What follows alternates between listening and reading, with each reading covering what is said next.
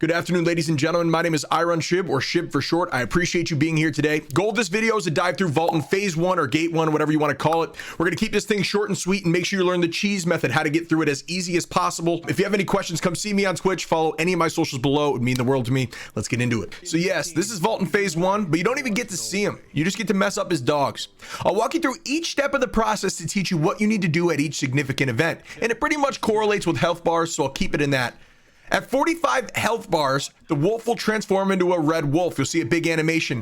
When he does this, you and your party need to run to the bottom left of the map because the wolf becomes immune and he'll do massive damage in that general vicinity. When the wolf is in red form, he will apply a bleed debuff every time he hits you. Your goal, obviously, is to not get hit, but if you get hit 3 times, a red streak will go across your body and the map, damaging all teammates it touches. Avoid hits at all costs and make sure to use panaceas if you have them to avoid hurting teammates by getting rid of that debuff. At roughly 40 health bars and 25 health bars, the wolf will have a quote-unquote invader, leaving a red wolf and a blue wolf on the map. They can be really annoying to fight together, so the best thing to do is to separate them. One person in the raid will have a red target over their head, and another person in the raid will have a blue target over their head. The respective wolves will follow those targets. The best way to handle this segment is to have the blue target head up north while the red target stays down south, or vice versa. Once this has happened, everyone that has a yellow sun buff can go fight the blue wolf. See the buff right here, this is what it looks like, and the rest should stay on red. Just pummel the both of them until they get out of this phase. All right, now before we talk about what happens at roughly 30 and 15 health bars, I need to introduce one mechanic: side rails. Side rails is something that is consistent in Legion raids, and they're essentially ally moves that can be used whenever the top left meter gets filled.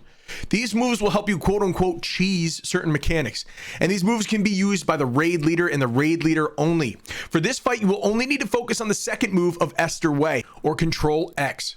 Esther Way severely reduces the stagger needed to complete a mechanic, which is insanely useful for the next section of the fight. All right, so this is the major mechanic of the fight, and this mechanic can be done without using any side rails, but my advice is to always use the Way side rail because it's kind of a form of cheese and it makes it as easy as possible to ensure your team doesn't wipe. So it's time for the raid leader to step up. At 30 and 15 health bars roughly, the wolf will teleport to the middle. The entire party, besides the raid leader, needs to go to the very bottom of the map.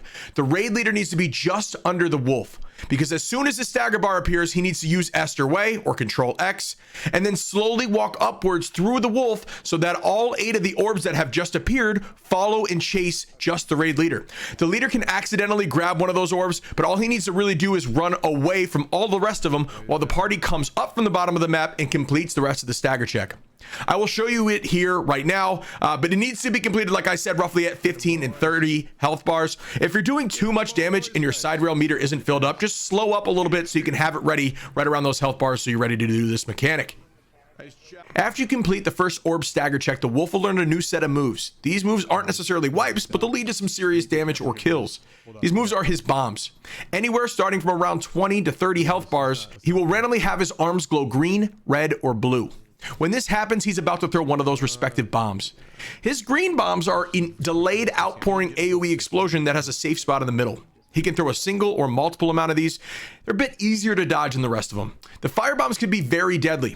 If you see his arms glow red, make sure you try to stick together with your teammates. He will throw a very delayed grenade at all of your teammates' location. When he does this, you and your team need to run as far away as possible while they blow up. Finally, his ice bombs will be thrown at a location and they will be split out in a star formation. If the stars split out connects with anyone, they will freeze them in place. Try to use your dodge through the freeze or your awakening like I did here for all immunity.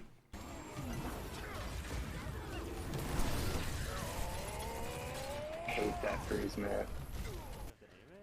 The final mechanic I want to note does not happen all the time. I find it typically happens towards the end of the fight when some of your teammates are dead, but I need to mention it in case, because it is a wipe. At the end of the fight, the wolf can turn back into purple mode. When he does this, he will have a mechanic where he will go invisible and teleport behind whoever is furthest from him. When he does this, that teammate needs to ping their location because the rest of the party needs to go towards them and then clear a stagger check on that person that's held up. What is this part? He comes out of the shadows. Dad? This is it's a stagger check. He grabs the first one. And then just kill him. Kill his bitch ass right here, boys. I'm beaming him to end it. Where is he?